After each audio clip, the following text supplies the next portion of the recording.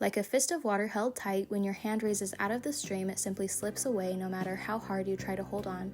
This is what it felt like when I discovered that I was unexpectedly pregnant.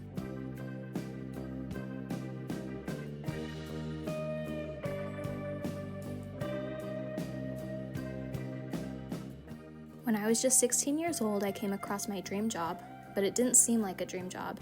It was a calling, something I simply had to do, something I felt like I couldn't live without. How did I make this discovery, you might ask? There was a boy I had gone to school with for a few years. He was a familiar face, but not quite a friend, someone whose smile I had looked forward to seeing, as his smile could simply light up a room. The year that I discovered my dream was the year that this boy passed away. I never would have thought that the world would take someone so young, so soon, so tragically. As I tried to wrap my mind around the tragedy, I went to his viewing. It was there and then that I found this dream. I want to be a mortician. While there were many things that drew me to the idea of being a mortician, the part that resonated with me most was caring for the dead in a way that allows family members to have a sacred last goodbye. This was something I grew passionate about, and that passion only grew over time. Fast forward a few years, I found myself with my first official mortuary job. While I was desperate for an internship so I could get my funeral director's license, I settled for the first internship I could find. The reality of this internship sunk in during the months that followed, and while caring for the families of the dead by arranging funerals and making sure everything goes smoothly for their funerals is an honorable job, it wasn't what was calling to me, but it was what was available. As time went by, I became very good at it. The families loved me, but I constantly felt burnt out. While the company I was working for was known for burning out their employees, it was also true that I was simply misaligned in my career. Yet I was too afraid to admit it at the time. Life took a few turns and I found myself with my dream job, working with, caring for, and honoring the dead.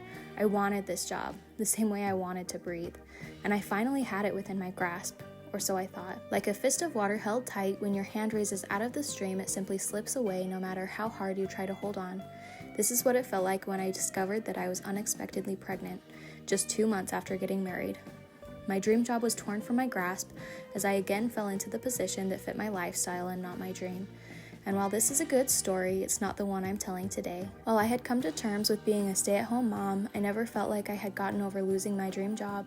So when circumstances allowed, and after a family loss, I found myself looking for yet another funeral job. This time I sent my resume to every funeral home in town, and nothing landed. Eventually, out of desperation, I sent in my resume for a job I never thought I would apply for: funeral pre-planning sales.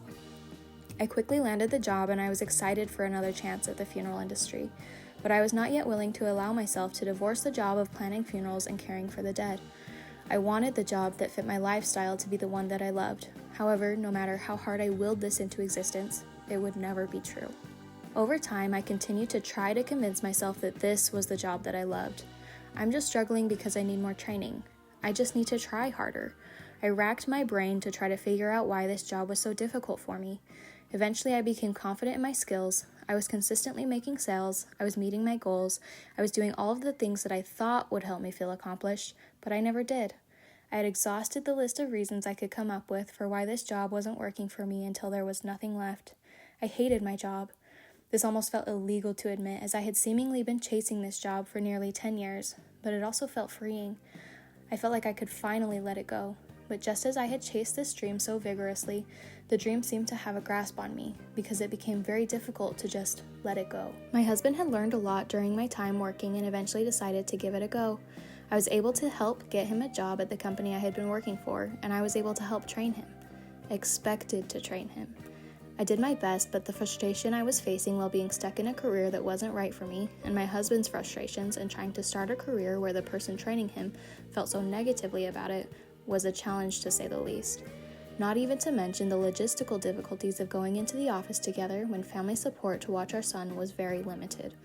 These difficulties eventually led to a change of plans, and my husband began training with one of our coworkers. Yet I still had to stay on to help my husband with questions when he returned home from work and to help families that wanted to work with me.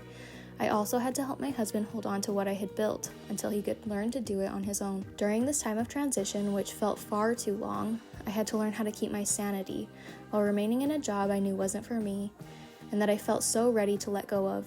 If you want to learn more about what I did during this time, I will link that video below. I hope that sharing my journey helps at least one person during their own time of transition and unraveling. If you need help during your transition determining whether you're dealing with burnout or misalignment, I will link in the description below a self-guided reflection worksheet that has some things that helped me and tools that helped me determine that I was simply misaligned and I wasn't dealing with burnout. And like, subscribe, comment, all of those things, that helps my channel. And I'd love to have you guys along for the whole journey. I appreciate your support. Thank you.